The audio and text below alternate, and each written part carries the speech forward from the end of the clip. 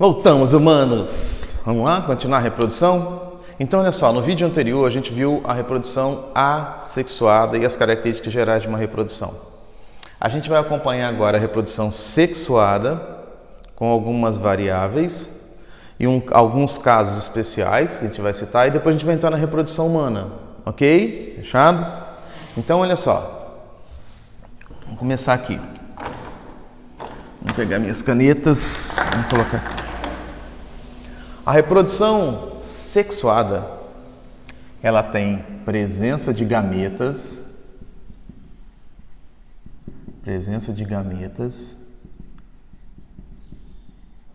e tem uma variabilidade genética. Variabilidade genética. Uma característica da reprodução sexuada, não as especiais, tá bom? Reprodução sexuada normal, se tem a presença de gametas, mesmo tendo a variabilidade genética, mas se tem a presença do gameta, se o espermatozoide fecunda o óvulo, vai dar origem a uma estrutura diferente. Essa estrutura diferente é chamada de ovo. Qualquer questão que você estiver lendo, pintou lá presença de ovos, a reprodução foi sexuada, tá legal? Então vamos colocar aqui, presença de ovos. Presença de ovo ou zigoto. Existe um caso especial onde não aparece esse ovo, mas depois a gente vê isso daí, tá legal? Que é a partenogênese, que é uma reprodução sexuada. Então vamos lá. A reprodução sexuada, então, ela tem a presença de gametas. A formação de gameta está aqui, a gente vai ver daqui a pouquinho. Tem a variabilidade genética que a gente vai acompanhar aqui também. E tem ovo. Tem que ter ovo. Pintou um ciclo reprodutivo de uma doença, ciclo evolutivo de uma doença. Onde aparecer o ovo, ali foi a reprodução sexuada. Na ameba, por exemplo, só aparecem cistos. Tem alguma menção com ovo? Não. Então a reprodução dela não é sexuada, a reprodução dela é assexuada. Tem que aparecer a palavra ovo, ok? Fechado? Bom, então vamos lá. Tipo de fecundação. Nós temos a fecundação externa, fecundação externa. Ela joga os seus gametas, ele joga os seus gametas. Geralmente a fecundação externa vai acontecer num ambiente fluido, onde tem água de preferência. Qual é a desvantagem? A desvantagem é que você tem que produzir, ou você não, porque você não faz reprodução externa. Os animais que fazem reprodução externa, peixes ósseos, anfíbios, porque os ovos não têm casca, né, que é uma característica dentro da evolução, tem que produzir uma quantidade muito grande de gametas, porque vai ficar fora, então tem que ter muito mais gametas masculinos, muito mais gametas femininos. Isso é gasto energético, isso é produção, é gasto de nutriente, mas é a forma que eles têm de se reproduzir, tá legal? Então, fecundação externa, ela joga o óvulo na água, ele joga o espermatozoide na água e a fecundação vai acontecer num ambiente fluido, ok? Fechado? Desvantagem, alta produção de gameta. Fecundação interna.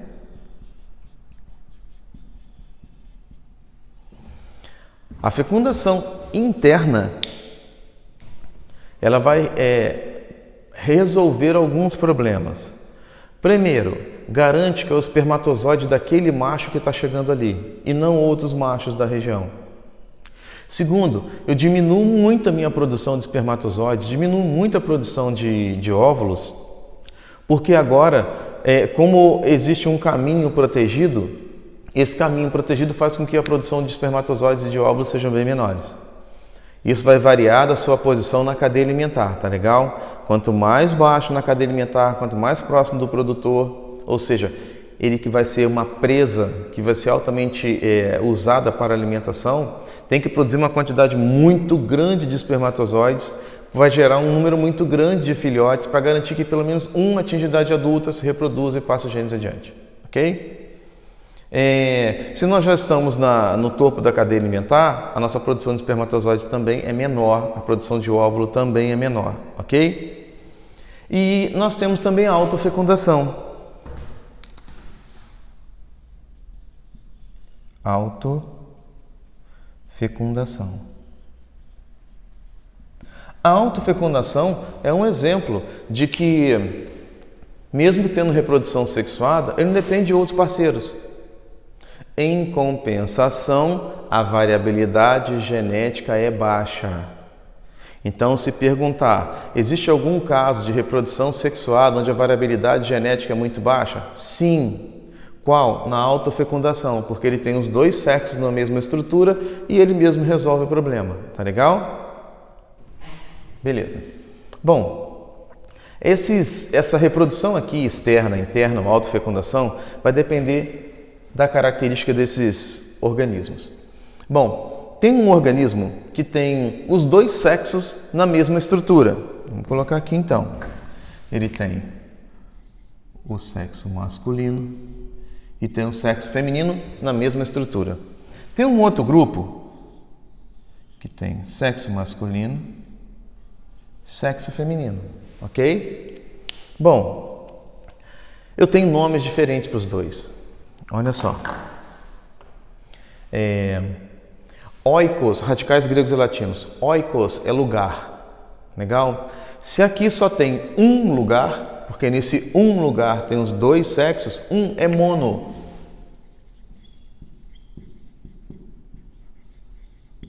Oikos é lugar.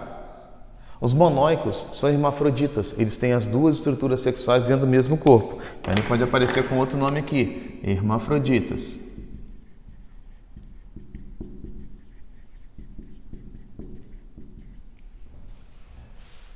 Ok? Então todo hermafrodita é monóico. Ele faz uma autofecundação. O proglote da tênia é monóico. Tá legal? Ele faz autofecundação e gera os seus ovos.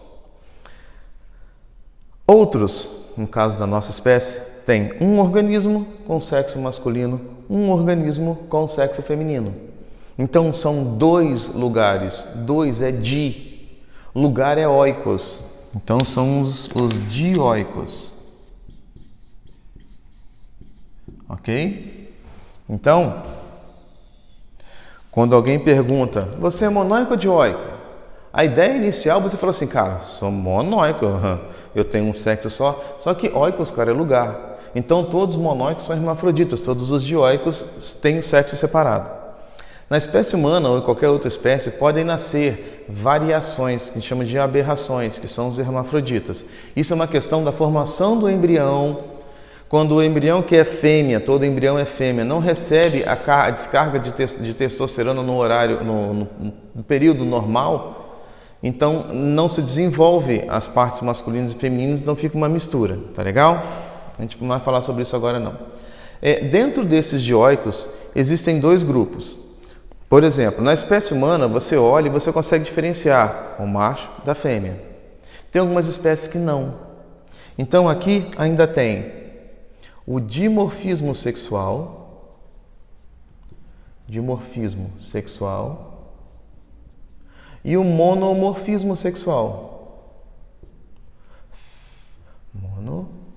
Monomorfismo sexual. Nós temos dimorfismo sexual. Você olha e você consegue separar o macho da fêmea.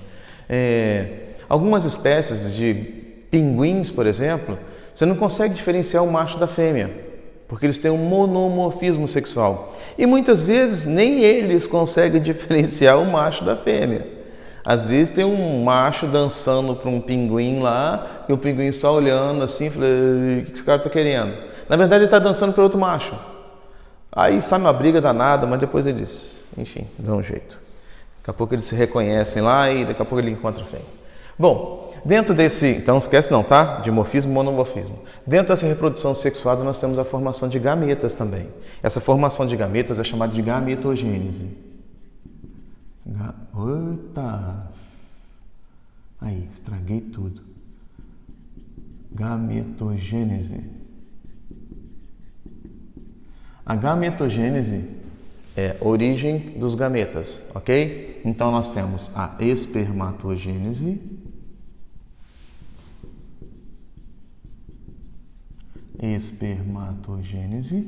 e temos a ovulogênese, ou ovogênese, tanto faz.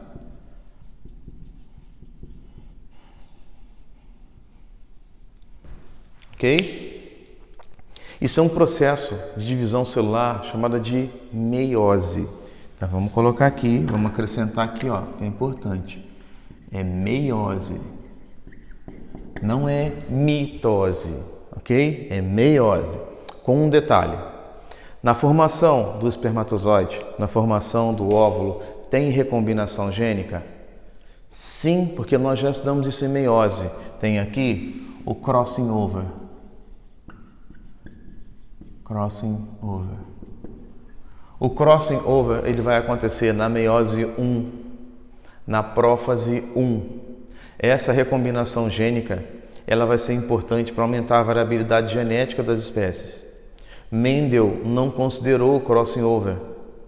Por isso que você estuda a primeira lei de Mendel, segunda lei de Mendel, joga tudo fora e vai estudar o linkage.